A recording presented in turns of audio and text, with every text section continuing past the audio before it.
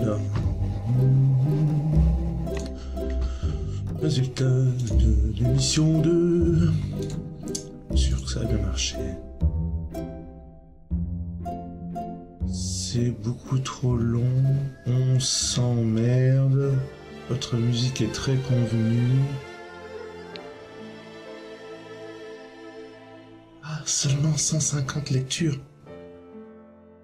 Mais on va jamais avoir de fame.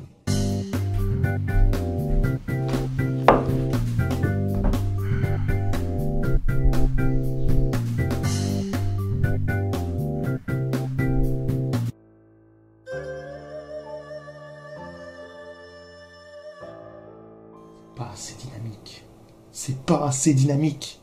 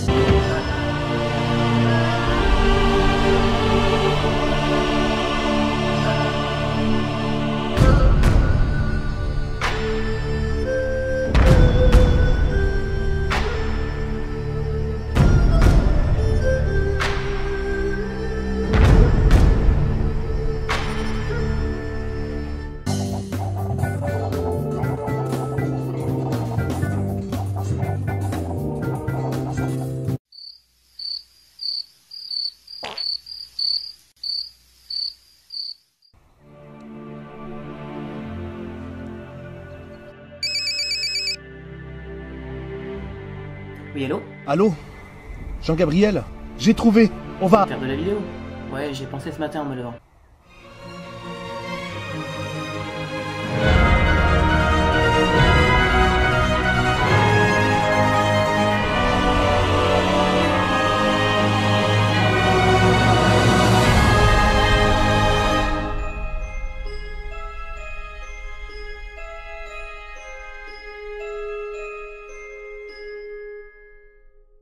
Bonjour à tous et bienvenue dans cet épisode 3. Comme vous pouvez le constater, nous sommes maintenant en vidéo, alors pas seulement pour que vous puissiez apprécier nos tronches, mais surtout pour qu'il y ait un déroulement un peu plus dynamique et intéressant de l'émission. Nous allons aborder un sujet central lorsqu'on est compositeur, les réseaux et les collaborations. Alors pourquoi on parle de ça? Tout simplement parce que tôt ou tard vous allez avoir besoin de réseaux, et c'est encore mieux s'ils comportent des artistes ou des instrumentistes. Alors oublions la promo, là on parle de réseaux plutôt professionnels ou au moins qui va comporter des artistes. Ça va vous donner envie de faire toujours mieux et ainsi de collaborer avec d'autres artistes, ce qui va vous permettre de vous donner un sacré coup de pouce à vos productions. Très souvent, un compositeur va faire appel à une chanteuse ou à un instrumentiste dans le but de faire jouer dans un premier temps des parties instrumentales sur un morceau.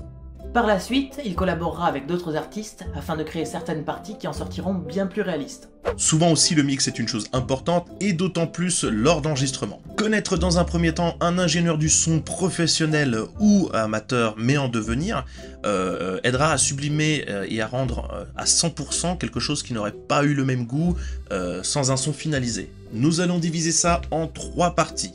Alors tout d'abord le réseau de créatifs et les collaborations artistiques, les artistes de session et enregistrement, et pour finir, le mix et quelques petits trucs pour mieux construire un morceau mixte. Puis nous aurons les news ainsi que de nouveaux exercices.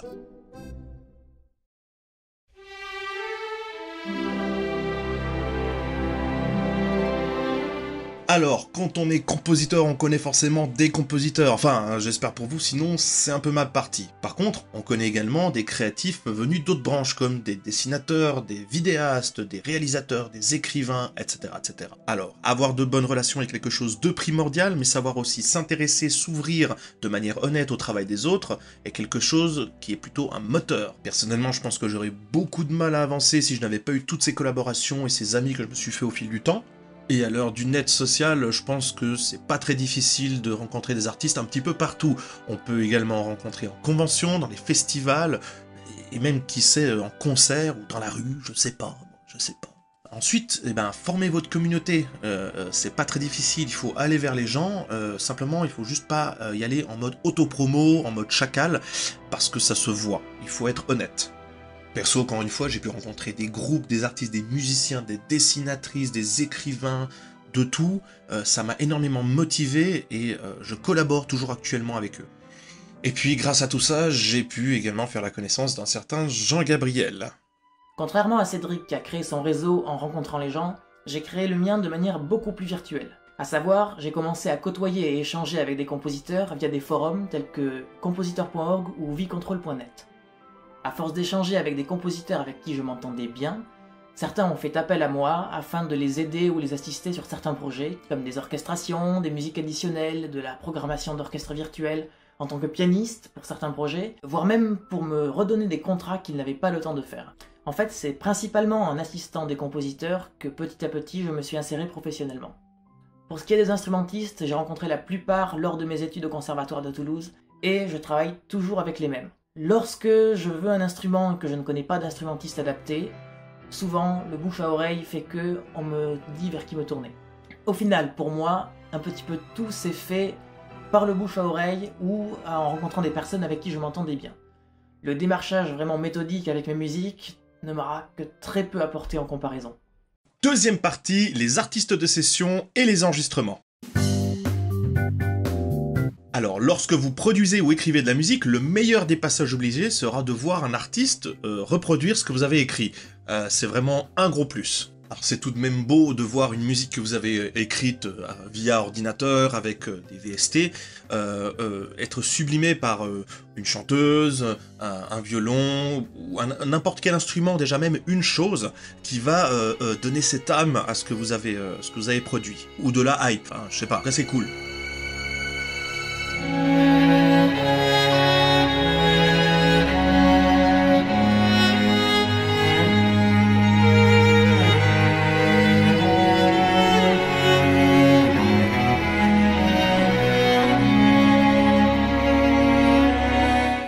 Après des fois, il se peut que ce soit pas ça, hein.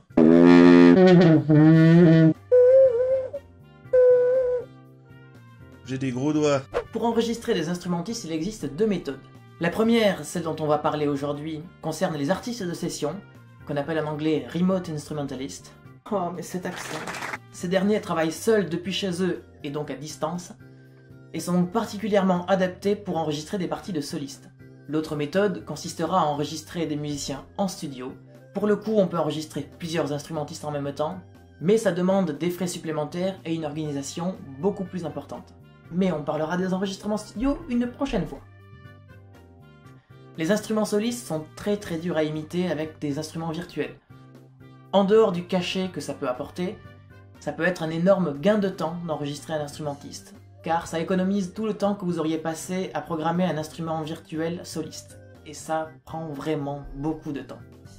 Bon après, pour que ça vaille le coup, faut quand même enregistrer avec des bons instrumentistes. Oui non, parce que c'est pas la peine de prendre un débutant qui risque de faire un peu n'importe quoi.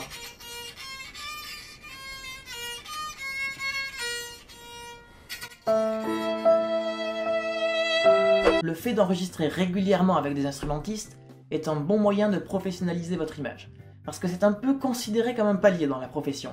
Je m'explique. Sur l'ensemble des compositeurs, beaucoup utilisent des orchestres virtuels.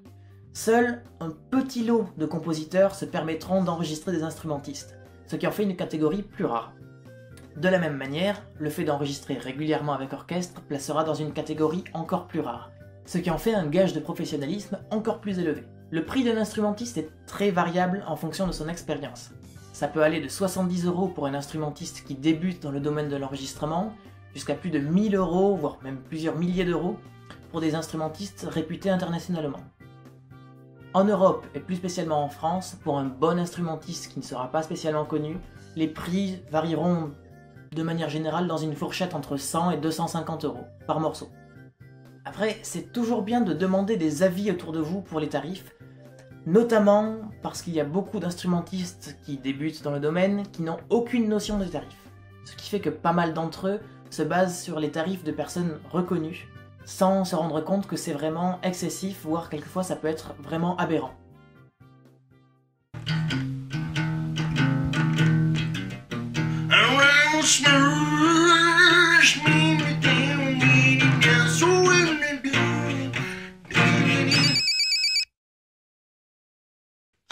oui, j'écoute.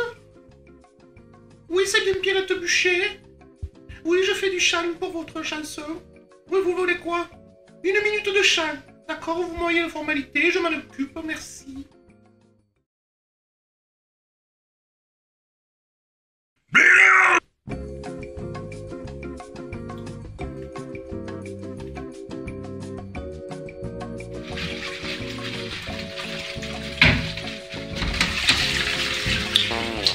Tiens, princesse! Saloperie! Princesse, salopard! C'est le marnet! Correction de texte pour chanteuse professionnelle.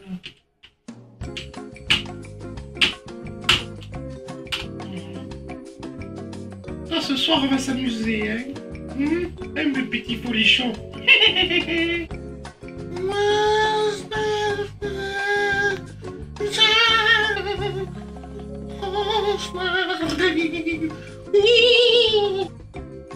Oui, bonjour, monsieur le compositeur. Alors voilà, j'ai fait la chanson, hein, bien entendu. Alors ça fera 3600 €. Oui, 3600 €, écoutez. Il y a le temps de brainstorming, j'ai été faire caca 2 fois, j'ai fait la sieste, j'ai mangé, je me suis refait le fond de teint, j'ai écrit un mail et tout, hein, alors je veux dire, c'est normal, hein. Après bon, comme dans tous les domaines, avec des amis instrumentistes, il y a toujours moyen de s'arranger, de faire un service pour un service. En réalité, il y a toujours moyen de se débrouiller pour enregistrer à moindre coût. La manière dont se passe un enregistrement est assez simple. Il suffit d'envoyer à l'instrumentiste 2 fichiers audio. Le premier sera le morceau sans les parties que vous voudrez lui faire interpréter. Le deuxième comportera uniquement les parties que vous voudrez lui faire interpréter. Par exemple, pour un violoniste, vous lui enverrez le morceau sans les parties de violon et les parties de violon à côté. À cela, il faudra joindre les indications de tempo ou la piste tempo que vous aurez tirée et les indications de signature ou la signature si vous l'avez tirée. Enfin, si possible, mais vraiment si possible, ça serait bien, tirer une partition. Ça évitera à l'instrumentiste un travail de repérage énorme, qui peut occasionner des frais, des fausses notes, qui quand même vraiment est très peu pratique. Avec tout ce matériel, l'instrumentiste réalisera l'enregistrement, puis il vous enverra son fichier et vous pourrez le rémunérer. Si vous êtes compositeur, vous serez probablement musicien et jouerez donc d'un instrument. Ça peut aller du piano,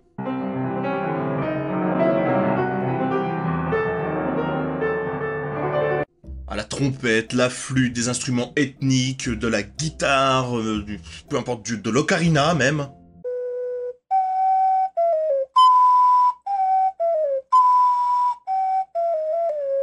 Alors si au début vous pensez ne pas être au niveau, ou vous n'avez peut-être pas forcément le temps, ou les possibilités de faire enregistrer un instrumentiste, peu importe lequel, ben essayez de vous enregistrer vous-même. Alors comment faire? C'est tout simple. Alors déjà, il vous faut un micro de type A-band, comme celui que vous pouvez voir ici, qui sont très pratiques pour enregistrer de la voix ou des instruments la plupart du temps dans une pièce normale. Après, ça dépend du réglage. Ou par exemple de type SM58 de Shure. Après, il y a des micros qui sont faits pour. Ce que vous allez faire, c'est déjà le placer proche de votre instrument entre 10-15 et 60 cm de distance, ça dépend vraiment de la puissance de l'instrument. Et donc forcément, plus l'instrument joue fort, comme un violoncelle qui aura quand même pas mal de coffres, ou une trompette, ou quelque chose qui a vraiment pas mal de décibels, vous allez le placer plutôt loin, pas trop non plus. Si par exemple c'est une guitare que vous allez gratter doucement, bah, vous allez placer le micro tout près, enfin à peu près une quinzaine de centimètres. Il faut faire gaffe parce que ça prend pas mal de bruit parasite, et là après ce sera une question de mix aussi. Ensuite, pour certains instruments, il existe par exemple comme pour le corps ou les trompettes des sourdines électriques. C'est une sourdine que vous mettez dedans qui est raccordée à un petit boîtier ou directement à votre carte son qui permettra de recueillir directement le son venant de votre pavillon. Il vous faut ensuite une piste d'acquisition audio, donc ouverte sur votre programme d'acquisition audio, peu importe le programme. Dessus, vous allez créer une piste clic, c'est-à-dire la piste métronome, que vous allez écouter pendant que vous allez jouer, sinon vous allez forcément perdre le rythme. Ensuite, ce que vous faites, c'est que vous jouez un passage, uniquement un passage, vous allez le répéter plusieurs fois. Pourquoi? Parce que lors du mix et lors de la placement de ce que vous aurez joué au moment de l'orchestration, vous allez voir que souvent il y a une petite chose qui va pas, une petite erreur, et à ce moment-là, vous l'aurez joué plusieurs fois, vous pourrez vraiment sélectionner le meilleur des passages, la meilleure des fois. C'est vraiment mieux à faire comme ça au début. Ensuite, vous réécoutez le tout. Voilà, vous avez votre piste instrumentale. Maintenant, la chose, c'est qu'il va falloir faire le mix. Le mix, dans un premier temps, c'est déjà de travailler la piste son au niveau de sa puissance et de voir si vous n'avez pas de bruit parasite au fond, comme moi, par exemple. Là, en ce moment où j'enregistre, j'ai mon ordinateur qui fait des espèces de bruits pas possibles, donc j'essaie de les cacher, mais c'est pas possible non plus. Donc je mixe cette piste où je parle, donc ça va donner quelque chose un petit peu plus propre. Pour le mix en lui-même, on va regarder ça en partie 3, parce qu'on va vraiment aller un petit peu plus dans les détails de comment faire. Donc maintenant, je vous montre juste une petite vidéo très courte de comment faire. C'est de ce que ça donne en fait quand on joue un morceau tout con, enfin, à la guitare, ce qui est vraiment, je suis pas guitariste, hein. Et une fois qu'on le prend, qu'on le mixe un tout petit peu, et qu'on rajoute une piste audio derrière, un tapis d'instruments. Voilà, c'est parti. Alors, pour faire simple, voici une petite piste de guitare que j'ai enregistrée juste avant, sans aucun tempo, avec vraiment un micro placé à peu près 30 cm de ma guitare, plus un bruit de fond, plus des bruits de main. Donc vous allez voir, entendre cette piste complètement brute.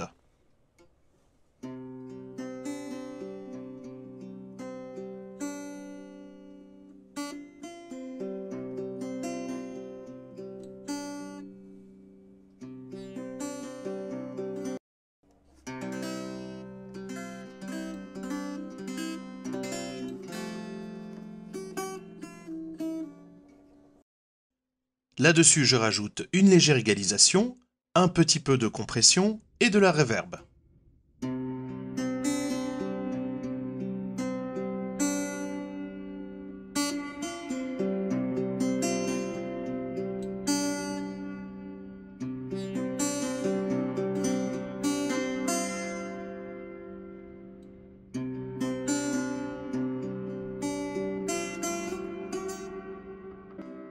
Puis j'ajoute un effet panoramique tout simple qui consiste un petit peu à étirer, à écarter la piste pour qu'elle s'entende un peu plus sur les côtés. Ce qui donne un effet un petit peu plus spatialisé.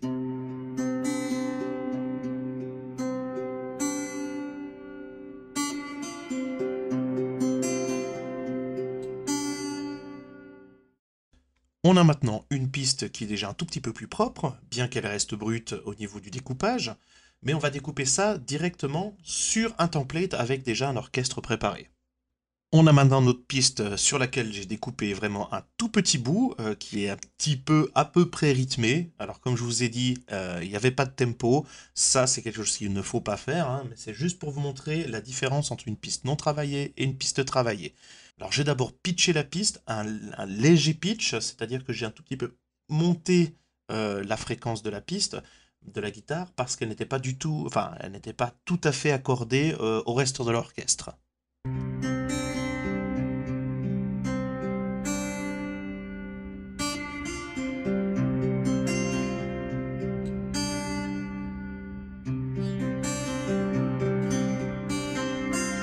J'ai rajouté un tapis sonore, c'est-à-dire quelques cordes et du piano.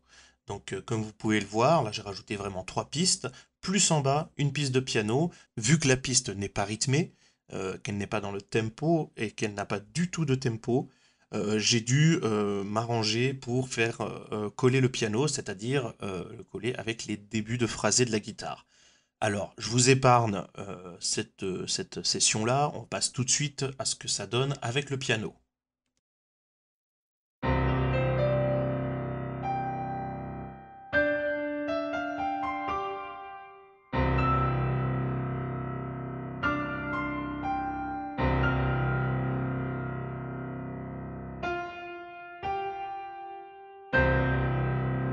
Et maintenant, avec tout le fond de l'orchestre que j'ai mis, donc je vous rappelle que c'est juste pour vous montrer l'impression de son que ça donne et la différence avec la piste de départ. Je n'ai pas encore rajouté du mix supplémentaire, etc. Mais ça donne déjà beaucoup mieux que la petite piste brute qu'on a entendue au début. Et voilà.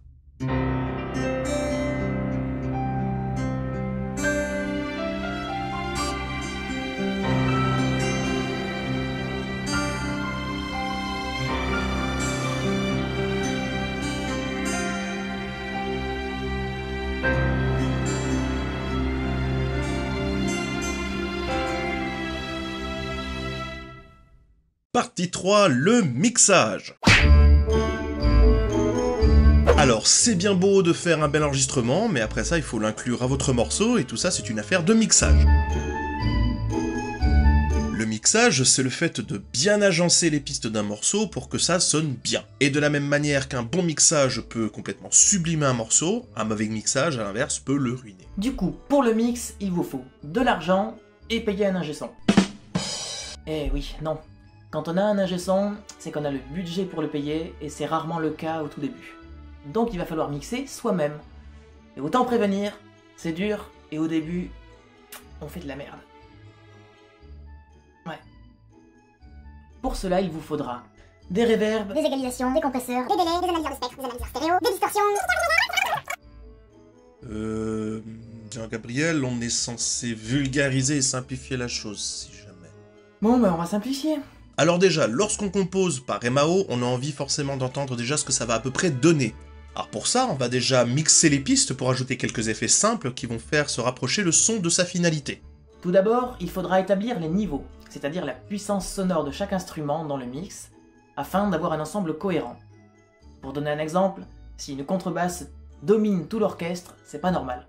Puis on s'attaquera au panoramique, qui est le fait de répartir les instruments dans l'espace. Donc en réalité, plus ou moins dans l'oreille gauche ou l'oreille droite. Le but est d'avoir un ensemble équilibré.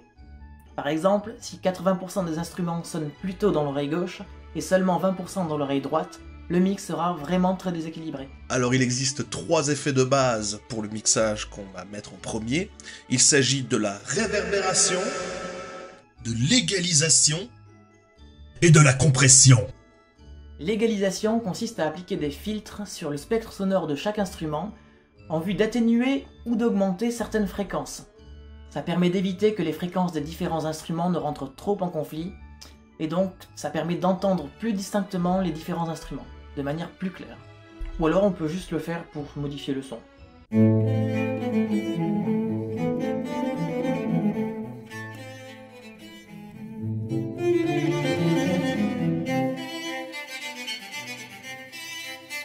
La réverbération est un effet qui simule la persistance d'un son dans un espace après l'interruption de la source sonore.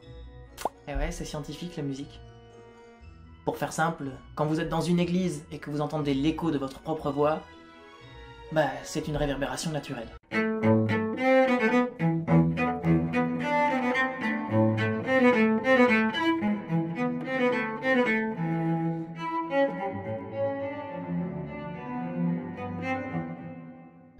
Mais c'est aussi un effet qui, en fonction des réglages utilisés, peut permettre d'éloigner le son.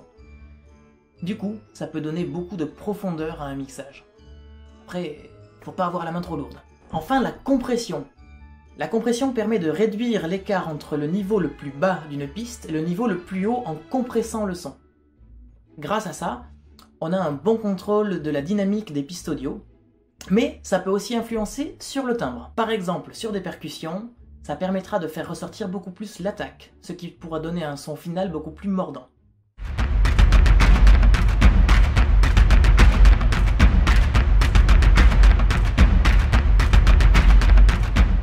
Alors pourquoi est-ce qu'on fait un mix aussi? C'est aussi pour donner un son un peu plus personnel au VST qu'on utilise, car beaucoup d'autres compositeurs les utilisent déjà, c'est un peu pour s'approprier le son. Concernant la piste de l'artiste instrumentiste, il faut lui apporter une attention toute particulière pour le mix. À l'instrumentiste aussi, on peut lui apporter un... Non, c'est pas drôle.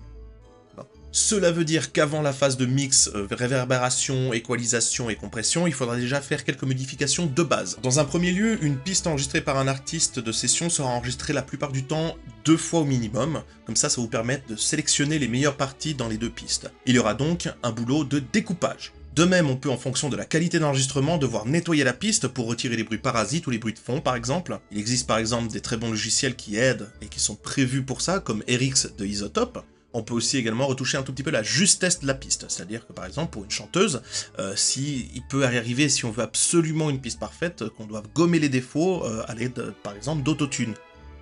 Oui, autotune. Mais pas comme ça. Non.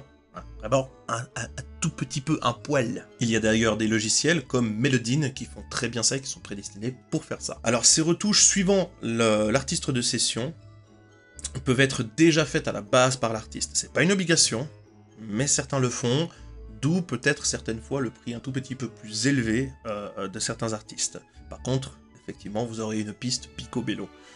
Sinon, c'est à vous de le faire. Il vous faudra ensuite adapter la piste au contenu existant.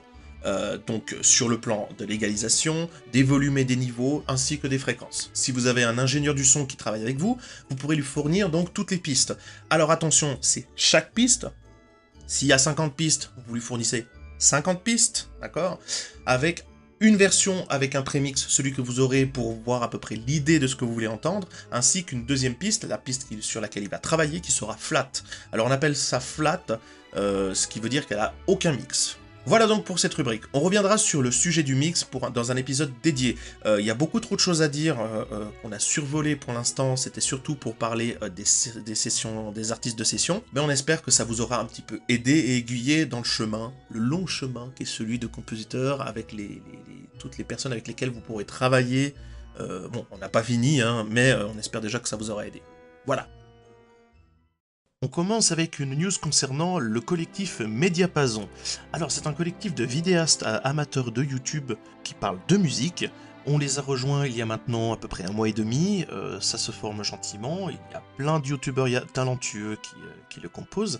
On vous invite à aller voir le site ainsi que rejoindre la page Facebook du collectif. Il y a vraiment de tout, des covers, de la musicologie, des explications sur les musiques classiques, sur des musiques plus récentes, nous en faisons partie, mais on vous conseille vraiment d'aller faire un tour, c'est vraiment très sympa et que des gens adorables. Alors, dans ces news, nous avons au niveau des VST, Best Service devrait sortir ce mois-ci la banque Kwaya African Voice, qui, comme son nom l'indique, est destinée à simuler des chœurs africains. Le prix de la banque n'a pas encore été annoncé, mais on vous tiendra au courant.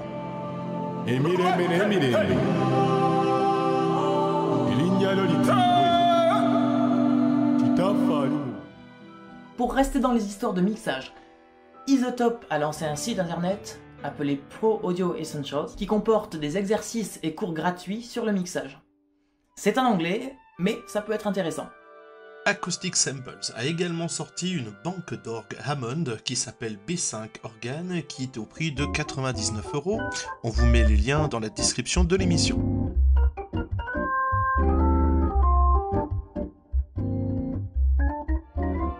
Dreams Audio Tools a sorti une petite banque appelée South, spécialisée dans les percussions folk italiennes. Le prix de la banque est actuellement de 14,90 € et passera prochainement à 19,90 €.